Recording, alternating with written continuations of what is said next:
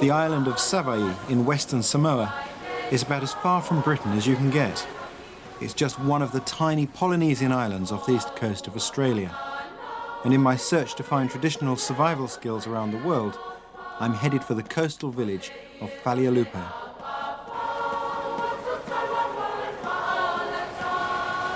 The islands have been inhabited for about 1,000 years. Settlers arrived here by boat, paddling huge distances across the Pacific to find new lands and a new life.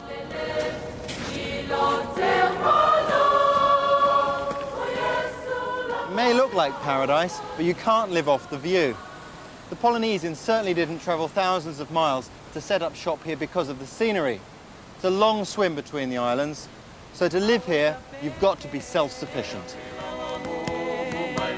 And that means learning how to find food and build shelters in a land that's harsher than it looks.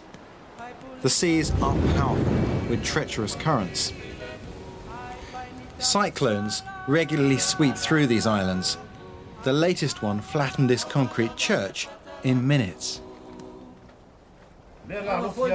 Which is partly why villages like Falealupo have hung on to their traditional skills, because they're effective. It's also because here, Samoan culture is still strong. The village is governed by a council of chiefs who ensure that their heritage, skills and close sense of community remain intact. They manage to use chainsaws and electric ovens alongside their old ways. This is the carver ceremony, held in a traditional house or fale, which welcomes each guest to the village. Ia, manuia.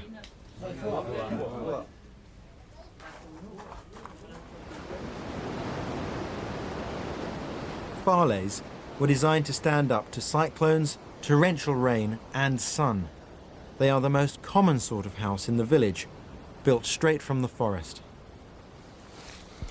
We're going to need several different kinds of wood. This is the paupaka, which is used for the major supports. For the rafters, we're going to need this, pau.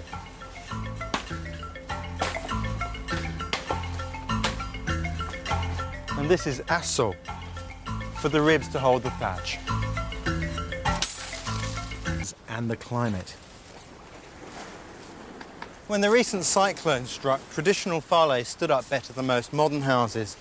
The open sides allow the air pressure inside to equalise when a shockwave hits, whereas most closed structures just explode.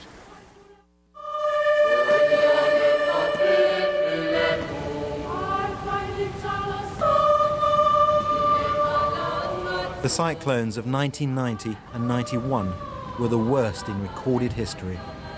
They devastated the normal water supplies, flattened thousands of trees and scores of houses.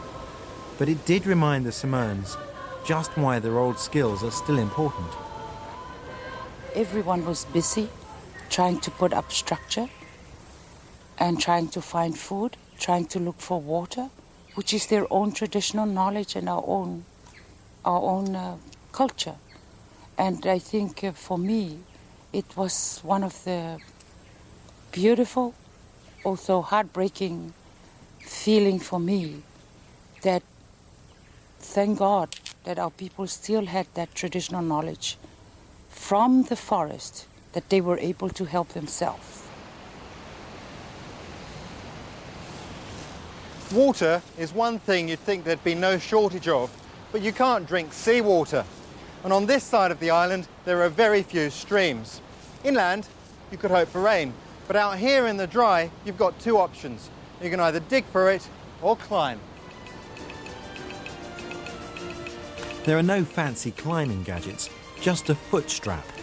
It needs to be strong, and hibiscus bark can support the full body weight 20 metres up.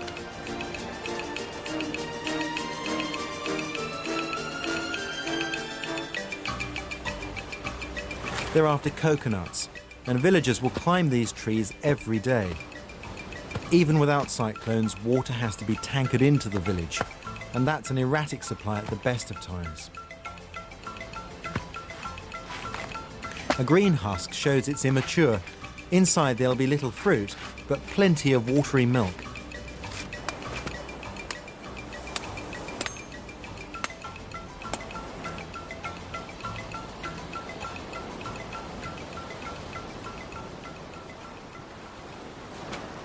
A mature nut is brown and invaluable for food and drink. The coconut is a perfect survival kit. In fact, Samoan legend christened it the Tree of Life. It's supposed to have sprouted from the head of an eel, and you can still see the face of that eel on the coconut today. These are the eyes, and there's the mouth, and it's there that you drink from.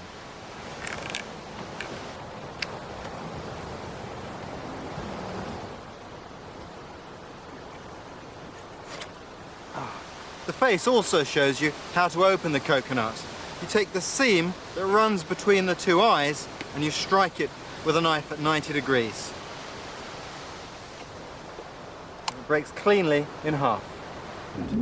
The last cyclone whipped up such huge waves that some coral reefs were totally flattened. Luckily, others did survive and play a vital part in this underwater world. It's only comparatively recently that the world has woken up to just how fragile coral ecosystems are. Some of the traditional Samoan practices are being abandoned and discouraged to give the reefs a chance to regenerate. However, as the women will tell you, good environmental practice doesn't always make for good fishing. They have to sustain themselves with what is around their environment, and there are clams in that depth. So it's either you have the breath to get down or you don't eat. And they can go deeper in just a pair of handmade goggles. The record that afternoon was 22 metres. And whatever the depth, they seem in no hurry, swimming about till they find something, a clam or a fish.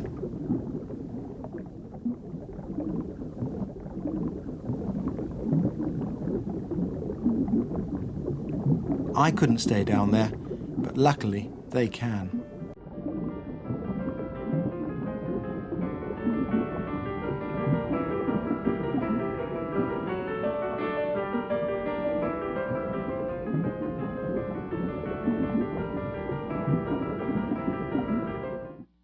This rock is going to be decorated to make a lure for an octopus.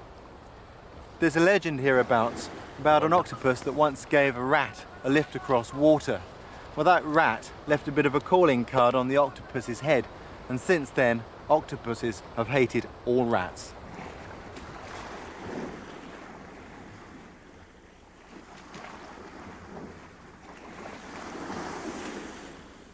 When an octopus sees this, he gets really angry, grabs it, and won't let go.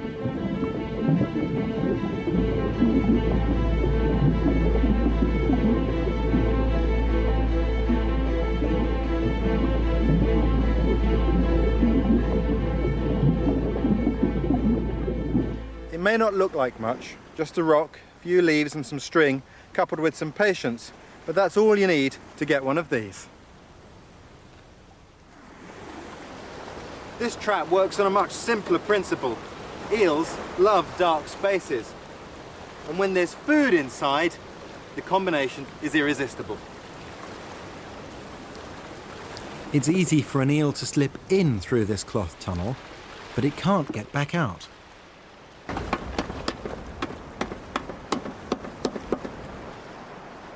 Setting traps near the reef is dangerous. There's every chance of being swept away by tremendous currents that rip through the reef.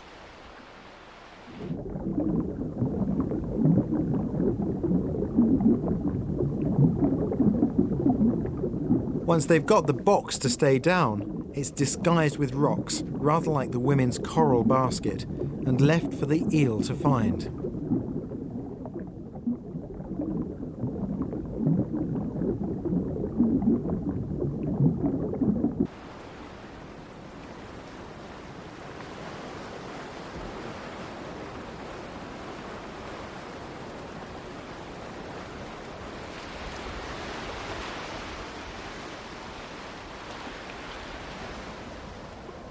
It's simple, but it works.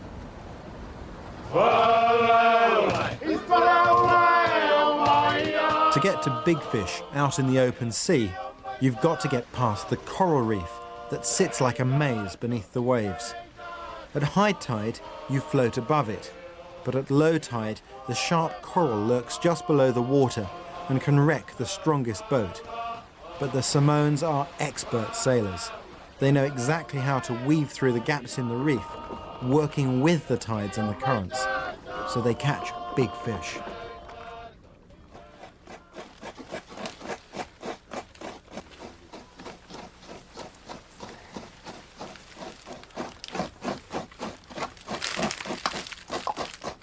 Every Sunday in Savaii is Umu Day, when family groups gather together to make an elaborate ceremonial feast.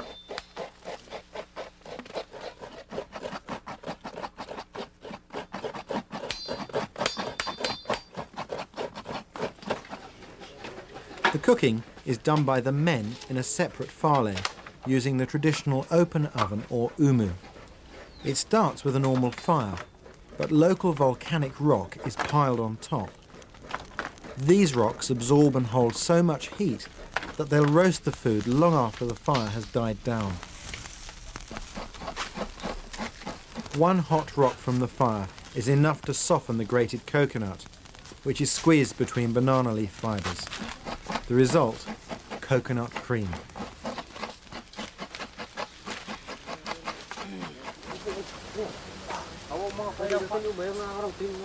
Warm taro and breadfruit leaves are flexible enough to make a parcel for the cream. Wrapped up and roasted on the fire, it makes a Samoan delicacy called palusami.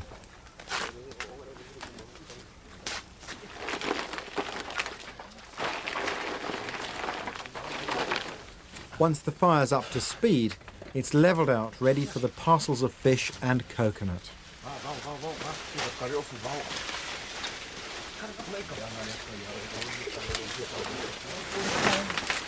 Then the whole oven is sealed over, first with banana leaves which give extra flavour, and then with mats to hold in the heat. The fish should be ready in under an hour.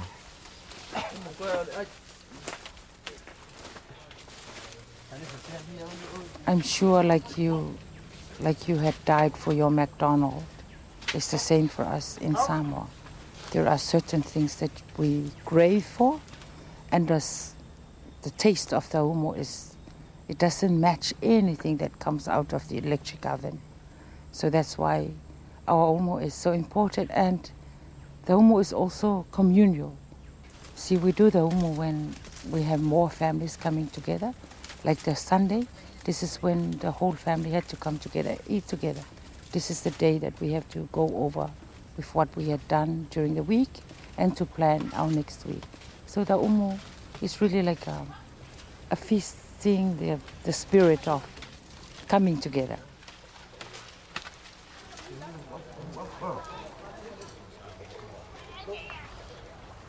Here's the palusami. It tasted delicious. And after lunch, more fishing. Like building canoes or fales, fishing itself is something that can involve a whole village. What we're building here is a lao, and that's going to function rather like a dragnet to corral some fish. The coconut leaves, yes, coconut leaves again, act this time like a mobile underwater fence.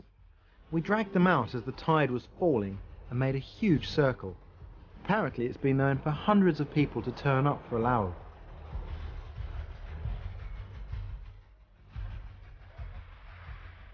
Once the circle's complete, everybody starts to walk slowly towards the centre, herding the fish inwards as they go.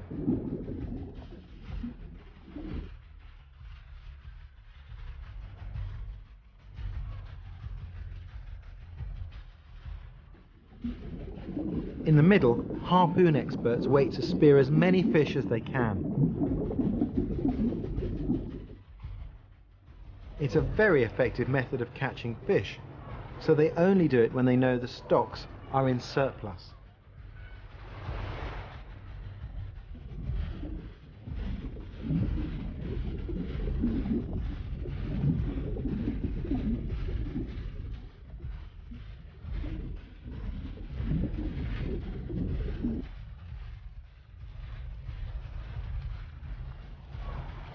It feels distinctly like a carnival.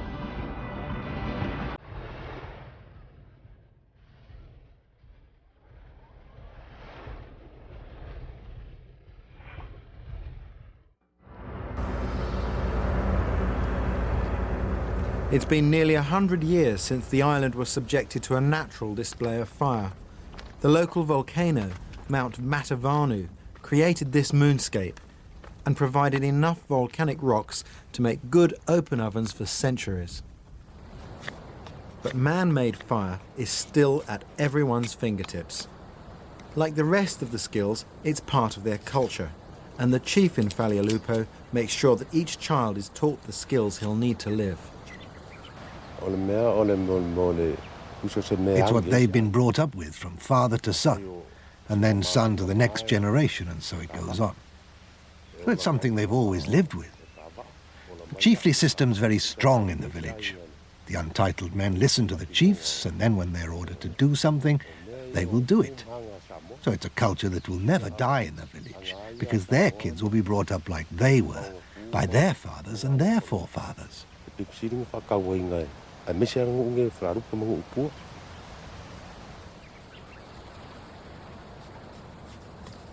It's really heartening to see a place where these skills are so valued and secure. The people are very much a part of the modern world, but they are proud of their history and their knowledge. They use their skills daily because they know that on this remote island, with its changing weather, they may need them at any time.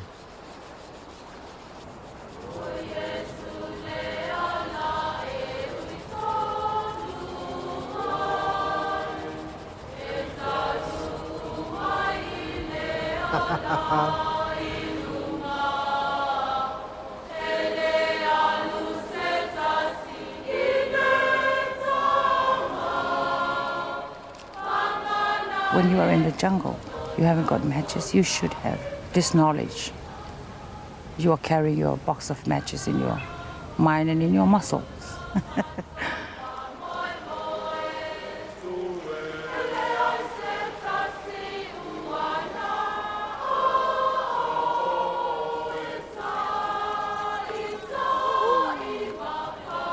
These are the skills that will sustain us forever because of our tiny islands. You know, there are possibilities that there may not be any plane arriving here in 1 month. There may be no ship coming here. So we can't depend on things that are being advocated to us, but at least if we have these skills, we can still utilize our environment for us to live and to be able to survive.